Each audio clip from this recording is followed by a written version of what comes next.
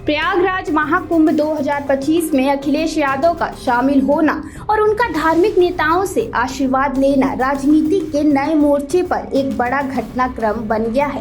कुंभ के पहले स्नान के बाद अखिलेश यादव ने अपनी रणनीति से न केवल बीजेपी बल्कि यूपी की राजनीति में हलचल मचा दी है। जब अखिलेश ने संगम में डुबकी लगाई और शंकराचार्य से आशीर्वाद लिया तो यह घटनाक्रम महज एक धार्मिक कार्यक्रम से कहीं बढ़कर बन गया। अखिलेश ने इस मौके का फायदा उठाकर संतों से मुलाकात की और अपने राजनीतिक संदेश को पेश किया। महाकुंभ का धार्मिक महत्व बहुत गहरा है। पौराणिक कथा के अनुसार जब समुद्र मंथन हुआ था तो अमृत के 4 बूंदें 4 जगहों पर गिरी थी, जिसमें इलाहाबाद भी शामिल है। इसी कारण हर 12 साल में यहाँ कुंभ मेला लगता है। इस धार्मिक और सांस्कृतिक माहौल में अखिलेश यादव का सक्रिय होना केवल उनका व्यक्तिगत आस्था का प्रदर्शन नहीं था, बल्कि यह उनकी राजनीतिक रणनीति का हिस्सा था। अखिलेश यादव ने कुंभ स्नान के बाद साधु संतों से बातचीत की और उनके साथ समय बिताया। उन्होंने शंकराचार्य से आशीर्वाद लिया और इस मुलाकात की तस्वीर सोशल मीडिया पर शेयर भी की। इसके बाद यह तस्वीरें और वीडियो तेजी से वायरल होने लगे, जिससे बीजेपी के समर्थकों के बीच हड़कंप मच गया। बीजेपी समर्थक जहां इसे अखिलेश की चाल मान रहे थे, वहीं समाजवादी पार्टी ने इसे एक कूटनीतिक कदम के रूप में देखा है।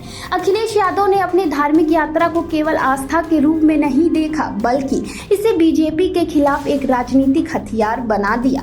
उन्होंने अपने बेटे अर्जुन के साथ इस्कॉन शिविर में भी समय बिताया और वहां प्रसाद ग्रहण किया। इसके साथ ही शंकराचार्य के आश्रम में यक्षशाला की परिक्रमा की और गायों के संरक्षण पर भी जोर दिया। इस घटनाक्रम ने बीजेपी के लिए चुनौती खड़ी कर दी है, क्योंकि धर्म को लेकर कभी भी कोई भी पार्टी गलती नहीं कर सकती और अखिलेश ने इसे अपने फायदे के लिए इस्तेमाल किया है।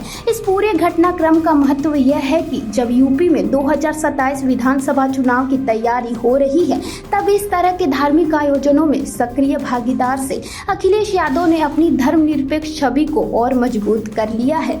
11 बार डुबकी लगाने को लेकर सोशल मीडिया पर भी चर्चा हुई और अखिलेश ने इसका भी स्पष्ट अर्थ दिया, जिसे बीजेपी के लिए एक नई परेशानी के रूप में देखा जा सकता है। आखिरकार कुंभ के इस आयोजन ने अखिलेश यादव को एक नई राजनीतिक पहचान दी है, जो अगले चुनाव में महत्वपूर्ण साबित हो सकती है। बीजेपी को इसे हल्के में नहीं लेना चाहिए, क्योंकि धर्म और राजनीति का यह मेल चुनावी रणनीतियों का हिस्सा बन सकता है। अब यह देखना दिलचस्प होगा कि आखिर में क्या होता है। इस खबर पर क्या है आपकी राय, हमें कमेंट करके जरूर बताएं।